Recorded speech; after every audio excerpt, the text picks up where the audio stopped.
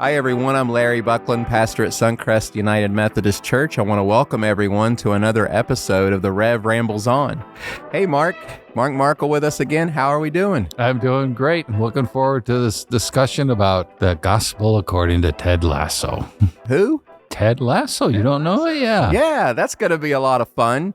And one thing I did mention, everybody wanted to know if we were going to talk about Ted Lasso, and I did assure them we'd talk a little bit about Jesus too.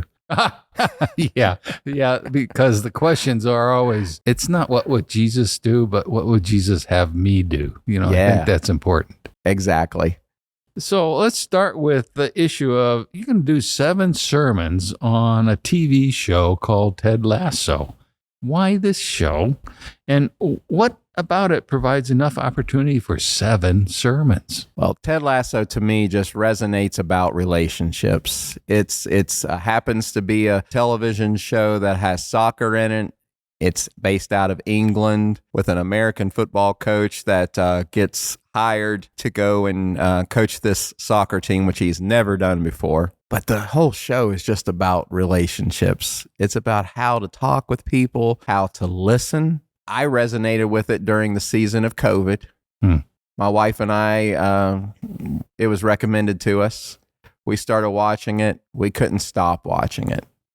And it just, I think Angela here came up with the idea to actually think about doing this. And we also knew that one of our own, Elise, was going to be doing a book. And you're going to hear her on a podcast soon. I'm going to be talking with her soon and be hearing about her book, The Relationship Guide, based on the Ted Lasso series. One of the things I think I would add to that is through the 3 seasons, how people change when they are listened to, when they are respected, when they acknowledge that they have been less than perfect and say, I'm going to change. I think that to me was a theme that came through very strongly. Yeah. I think we can learn a lot from that. When people are seen, when people are heard, they know they've been listened to. Even if we don't come to full agreement, we can accept and hear people's why and respect people, even though our views might be different. Yeah, that's an important thing to keep in mind, particularly in today's world. Yeah. Second question. The theme of each sermon comes from 2 Chronicles 7:14, which calls for us to be humble and to pray, seek God's face, turn from wicked ways, and then God will hear and forgive and heal the land. Why did you choose this as kind of the thread that brings these 7 sermons together? Well, I want to confess that it wasn't my idea again. What? You listen to other people? I know. When I talked, I wanted to sit down with Elise Chaffins, who wrote the relationship book and knows more about Ted Lasso than 2 internets. That's a reference to the show, guys. It is. So you need to watch the show. You don't need to watch the show to learn from the sermons. No. But if you want a good time, watch the show. If you want a good time and laugh and cry and learn about relationships, watch the show. But you can also check out Elisa's book, The Relationship Guide. And I knew how much she knew about Ted Lasso. So when I knew we were going to do this sermon series, I asked to sit down with her. And she had this idea. She said, I really believe this scripture could really encapsulate, if you will, the idea of a sermon series. And you could take the words out of that and build a series off of it. So, a little over a year ago, Mark, I told you I'm a collaborator. Yes. And I love to get ideas and go with it. And when we got this idea, why not talk to an expert, someone that knows Ted Lasso better than I do? So that's what we did. We talked with Elise and she gave some ideas and then we're working on this together. Well, based on Sunday, so far so good. And can you imagine all the collaboration that's happened? We're right here in the sanctuary and we're looking around and wow, what this creative team has done to decorate our sanctuary and to put us in the mode of really enjoying this sermon series. Even the youth service, we began it last week with the benediction, and we believe. I mean, it was powerful. Okay, I want to talk about the being humble part of this. Okay. I actually had to listen to it a second time to get the message of what be humble is. Mm-hmm. In essence, is acknowledging we don't know everything and listen to others, which is really hard. It essentially says I have to have a door open in my fundamental beliefs to listen to something new. Yeah. Hard. How do I do that? One of my favorite authors, and actually became a friend of Elisa's, but unfortunately, Rachel Held Evans, an author, died at 41 a few years ago. Oh. If you haven't read any of Rachel Held Evans' books, I encourage you. And it is definitely a book that is for people that are trying to search out their faith and figuring it out, maybe even struggling with their faith. But when she would introduce herself before she spoke at an event, she said, "I'm Rachel Held Evans, and I don't have it all together." Powerful acknowledgement. Powerful, humbling. Oh, that's true. And that's where I think about being humble is acknowledging that I don't have all the answers. And when you are able to say that, that opens up doors for other people to offer their ideas, their opinions, even disagree when I don't feel like I have all the answers to something. Easy to say, very hard to do, particularly on strong beliefs or strong opinions. Yeah.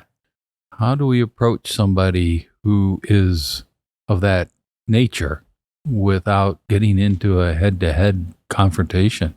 I think sometimes we have to come to the table acknowledging we may not change someone's mind. Maybe that's not even the goal, to change someone's mind, but we are willing to listen to someone's why and to be able to hear what people think and believe. So for me, there is, if I'm going to have, let's just give an example, as a Christian pastor, if I'm going to have lunch with someone that is Muslim, yeah, I'm not going there believing that my belief system is going to change theirs. And so my whole hope, harder to live than to say, but I really believe this, I want right relationship over right belief.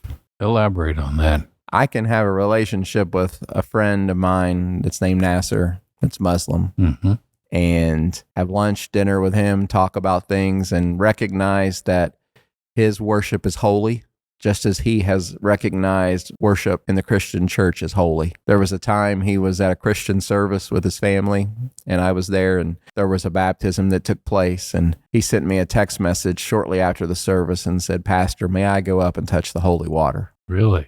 Yeah. Powerful. And to this day, I'll receive a text message on days, wishing me a holy and Merry Christmas, a happy Easter that is not of Muslim faith. We recognize our differences, but we see the relationship being more powerful and important. I have a friend, Cindy, who's Jewish. She sends me Merry Christmas, and I try to say Happy Hanukkah. I was invited by her a couple of years ago here in town to Tree of Life Synagogue and got to experience the Passover with Rabbi Joe and others, and I loved it. Well, here's a question. When you're with your Muslim friend or your Jewish friend, do you talk religion or avoid it? We can talk about it, believe it or not. Believe it or not. Believe it or not. We can talk about it. Because, what do we hear? You shouldn't talk about religion and politics. Right. And we can talk about it in an open and honest way that acknowledges where we are and what we believe. And where I'll tell you an example of that with my friend Cindy. My friend Cindy came to an event at one of my last appointments. It was on Shrove Tuesday. Oh. And we were having a pancake dinner, and we were going to have a guest speaker, and I'd invited her, and I went out of my way to say, "Cindy, I'm glad you're coming, but I want you to know the speaker's probably going to talk a little bit about Jesus." You know what she said? What? "Well, duh. I'm coming to a Christian church. You guys are going to talk about Jesus?"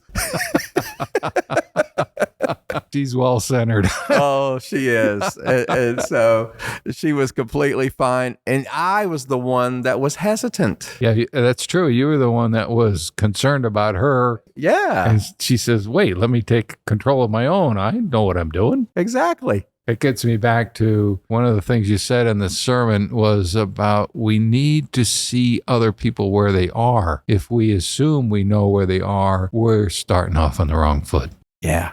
In so many ways. I mean, when we're planning our missions, the things that we want to do in the community, it would be easy for us to say, "Oh, this is what we should do." but why not listen and hear what the needs of our community, the needs of our people in our church, the needs of the people in our schools. The missions team is even taking a different look at what goes in backpacks this fall. Yeah. Because we've heard from school teachers.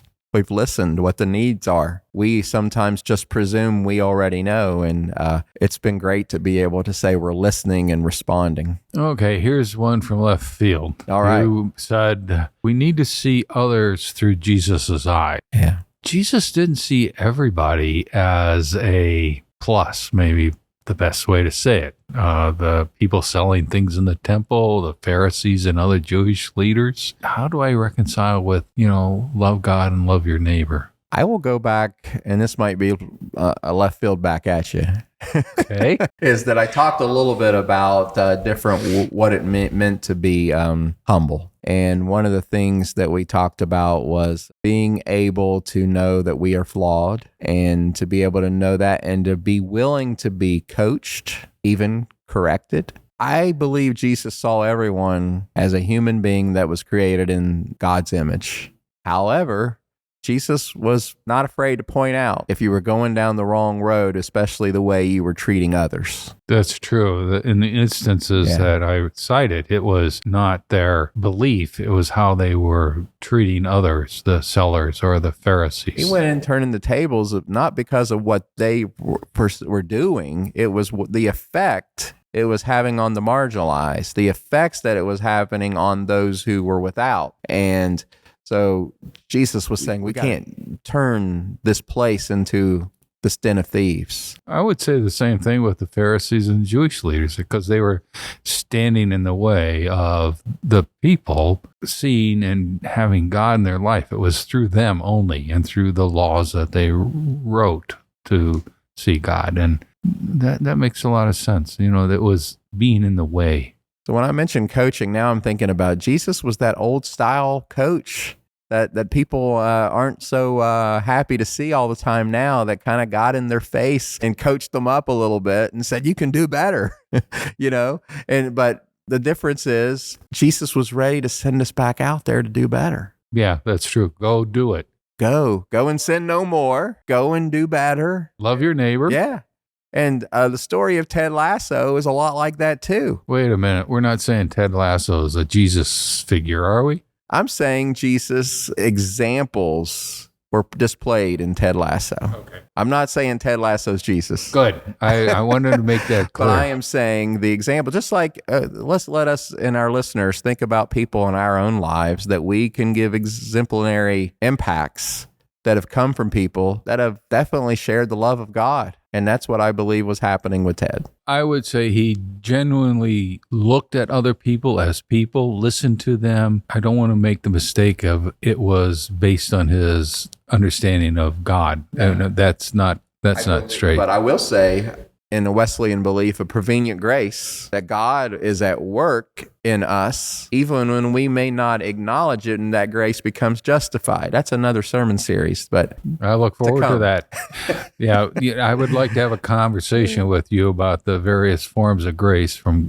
Wesley. We're going to do it. Okay. The story about coming into the church where they were used to hearing the King James Version, and then you used the NIV version, and they kind of confronted you, and you made a misstep and saying, I did. Yeah. The lesson you came away from that was to ask, how do you do things? Yeah. What's normal? Yeah.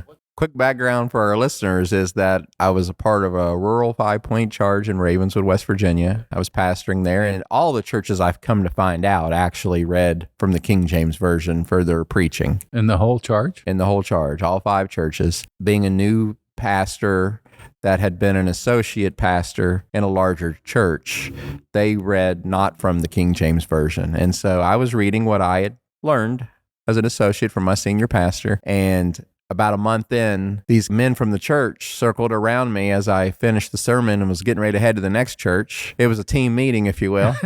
and they wanted to know, they said, Pastor, we love you, but when are you going to start reading from the Bible? And I was a little defensive. I said, well, what I've learned is this translation's the best that we can use right now for the Greek and all those things. I came away feeling like I insulted a couple of the guys there. They even said, so you're smarter than we are. Ouch. Yeah. That is definitely not who I wanted to be, and I was disappointed in myself. And as I said to you, Mark, and the congregation, is that if I had it to do all over again, this was the year 2000. And so that was 24 plus years ago. And about in August, I would have, before I got there, would have just did what you said a few moments ago. How do you do things here? What do you do in worship? What translation do you read from? As you know now, we have readers here at Suncrest United Methodist Church that read the scriptures for us. And what is in our pews here is a copy of the New Revised Standard Version, and that's what we try to put on the screen and read. And that's kind of the culture here. And so I found that out before I came. Well, this is just a comment. You learned your lesson well, because one of the things that struck me when you first came in was you came in and said, how do you do things here? What's going on? What's normal? What do you expect of me? I'm a cooperator. Give me an opportunity to cooperate. Talk to me. I mean, that was powerful. Well, I appreciate that, because that's who I do want to be. And I believe when we're trying to live out being what we talked about this Sunday, humble and caring, we want to find a place that we can work together to do the greater good together. Well, that ends my conversation on this subject. I think the telling ending is see people as Jesus sees them, and in humble, listen to others and be open to change. I think God says it all, Mark. Well, I look forward to the next one. I really look forward to the next one. And for all of our listeners today, we want to say thank you. We're glad that we've been hearing from you. And there was a couple of weeks we were absent with some scheduling, and it's so good that you all have missed us.